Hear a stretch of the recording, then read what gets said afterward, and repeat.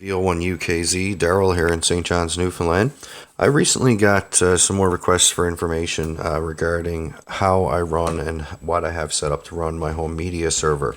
Okay, essentially what I'm using here is Plex, Plex. It's a media server front end that allows you to use your computer or a computer to run the media server. Essentially, the computer I'm using here is a Dell Optiplex 780, which is a quad-core computer with 8 gigabytes of RAM.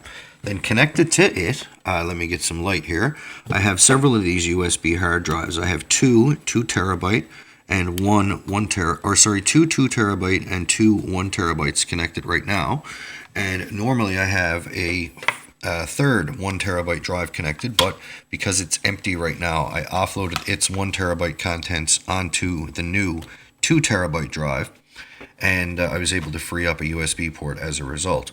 So essentially, once you get all of these drives connected and you get a computer running, you would install this Plex media server front end, Plex, and what it will do is you go then and you set up libraries on your system.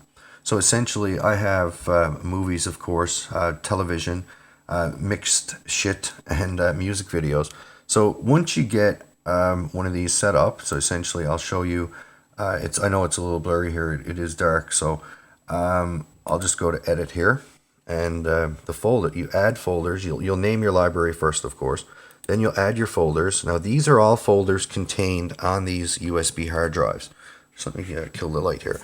So essentially with these folders, you direct the media server as to where your content is stored.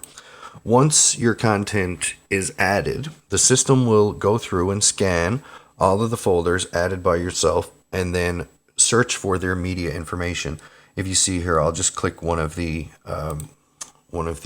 libraries here, and as you can see, this is the movies library, and all of these titles, of course, I purchased on DVD or Blu-ray, and then downloaded the titles digital copy, and then got rid of the disc. So I don't use the discs. I have all my movies and TV show seasons stored on the portable hard drives. So essentially, once you get this whole setup up and running here, then you're going to be able to go to a device somewhere in your house. So I'll just pause for a second.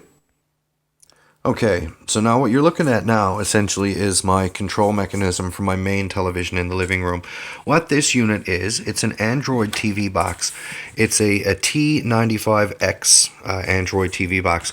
It has, of course, HDMI, Ethernet in, which is very important in my particular application, your power source, then it has a USB port on there, then it has an additional USB port and micro SD card on the side. So it's got all the options that you're going to want for an Android streaming media box. Now this box is going to allow my television to communicate with the media server that I showed you just a minute ago.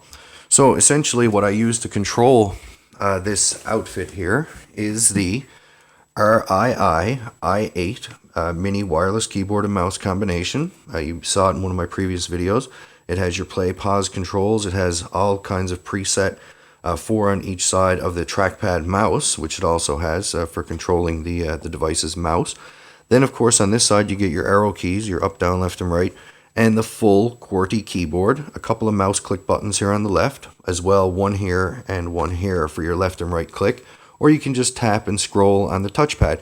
So this makes controlling this Android TV box just an absolute breeze. So now we'll go to the TV and have a look at what it does there.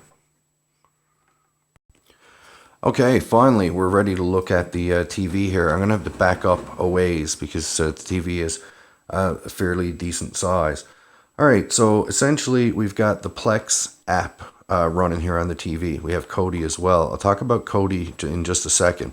But first, you refer to the media server app, the Plex app right here. You saw this running on the desktop computer. That's your server front end. So essentially, when you select this, these are the same movie titles that you saw and television show titles. These are the things that I've been watching recently across your top row here. And then, of course, you get your recently added, which, any of these television shows or movies. And then you've got your separate libraries, the same ones we had on the computer, the movies, the television, music videos, mixed stuff, music. These are all your libraries. So essentially, when you want to grab something to watch, it's as simple as pulling up what you want to watch here on the system. So let's say 94 feet. We'll select it, and it just takes a second. Now it will pull all of the episode information data. As you can see, it tells you who's in there. Then it will give you the description as well. It downloads the jacket for the particular movie or television show. So then you just press that play button up in the corner there, and it shows I've already been watching this. So it asks me if I want to resume from 10 minutes and 5 seconds in. It probably wasn't the greatest movie to start with if I stopped watching it after 10 minutes. But let's go ahead and pull it up here.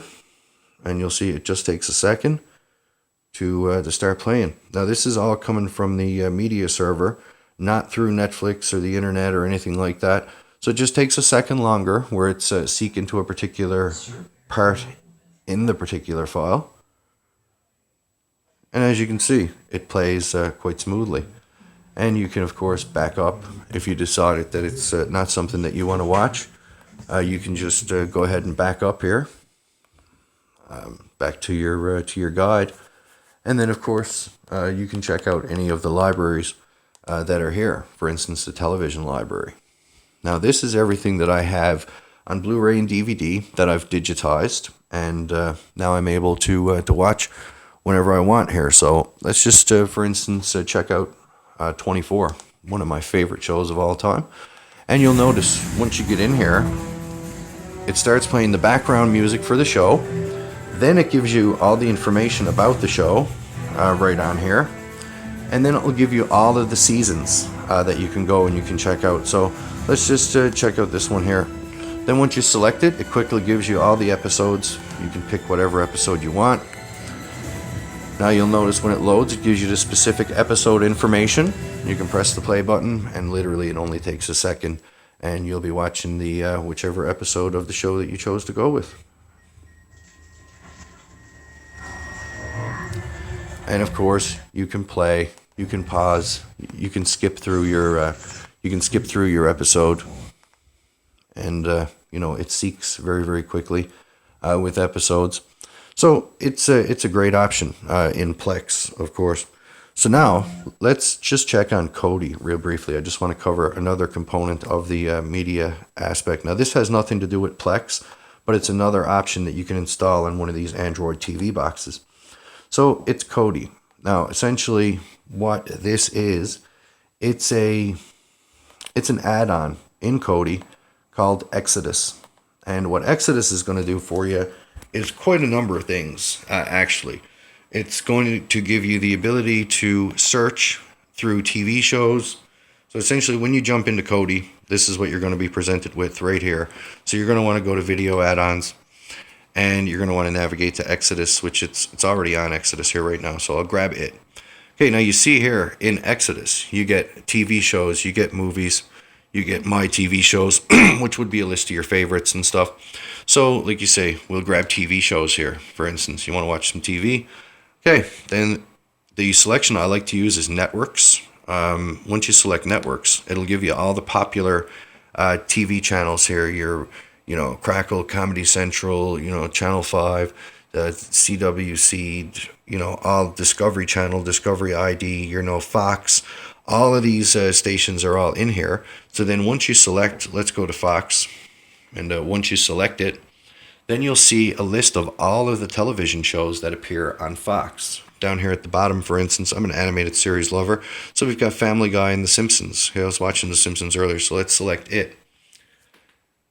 Okay, so now once you select Simpsons, you'll see you get all of the seasons right up to and including the current one, season 28.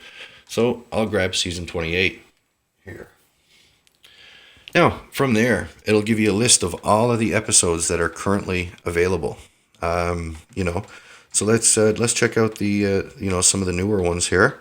We'll go to this one. This looks like it's a 2-part one here. So I'll grab episode 1 of it, and it'll just load. What it's doing now, it's searching the internet for a list of sources for this particular episode, and you can see all the popular ones coming up there as it's doing its search. So now, once it completes the search, which will be just a second, you'll see a list of available sources, which will get populated up here on the screen. Just takes a second. It does search 20 or 25 different websites to get you a source list for every website that has this particular video file available. So now here's the source list. So I'll go right to the top. One movies, that's usually a good one for getting episodes of anything on Fox anyway. So you select it. It literally takes just a second, and it's asking me if I want to continue watching or if I want to start from the beginning. I want to start over because I don't remember what was going on in this last episode. And there you go. It's playing as quick as that. And like you say, just a great option in Kodi. I'm just going to pause for a second, and I'm going to talk about one more little component to this whole system that I'd recommend.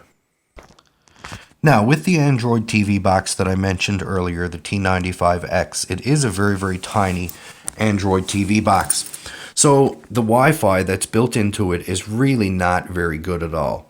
So what I did was I went and got a Wi-Fi to Ethernet adapter. And if you remember when I showed you the box, there was a cable exactly like this one coming out of the back of the TV box. So essentially what that cable is doing, it's coming out of the Ethernet port on the Android TV box, and it's going into the Ethernet port here on this IO Gear Wi-Fi to Ethernet adapter. So essentially this is powered by USB over on the Android TV box just over here. And from there it gets its power and it obtains the internet signal by the WPS button. So essentially you pair it with the your wireless router, and it will receive the Wi-Fi signal very, very strongly. And then it'll feed that signal down the cable to the Android TV box, providing it with faster internet. So if you're going to go with the T95X in particular, or an Android TV box in general, what the general consensus online is that some of these boxes have really, really poor Wi-Fi. So a Wi-Fi to Ethernet adapter is a great option.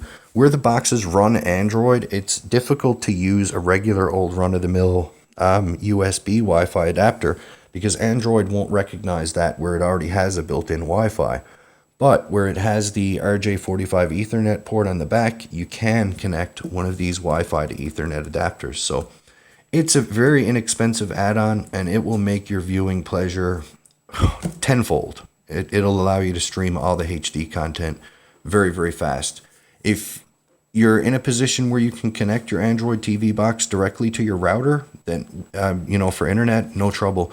But if you need to use Wi-Fi, you will get a very, very enjoyable experience if you use one of these Wi-Fi to Ethernet adapters as opposed to the built-in Wi-Fi.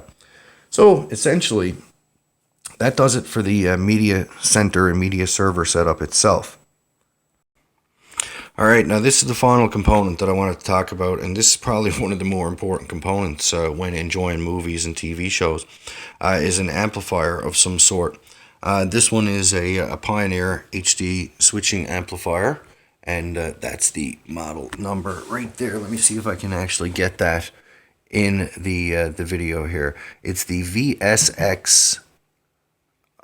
I'm having a difficult time with that. Oh, there we go. The VSX 324 Pioneer home theater switching amplifier. Now this is a very important part because you can get your TV, your picture looking as good as you want, but when it comes to being able to put the surround sound behind it, this is a great little system.